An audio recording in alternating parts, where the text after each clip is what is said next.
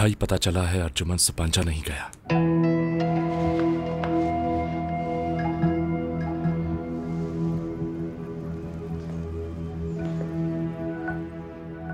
तुम जाकर क्लब में चेक करो, देखो कहीं वहां नशे में बेहोश होकर ना पड़ा। ठीक है भाई।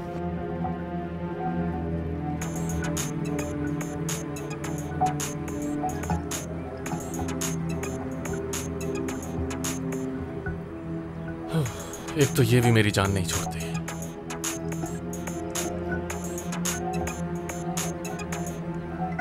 जी भाई। कहाँ हो तुम अर्जुमन?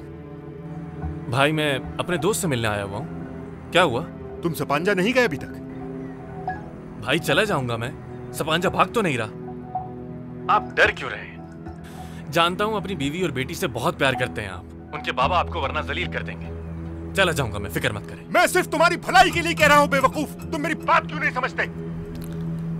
हेलो हेलो अर्जुन, इस बदतमीज ने मेरा फोन काट दिया। अर्जुमन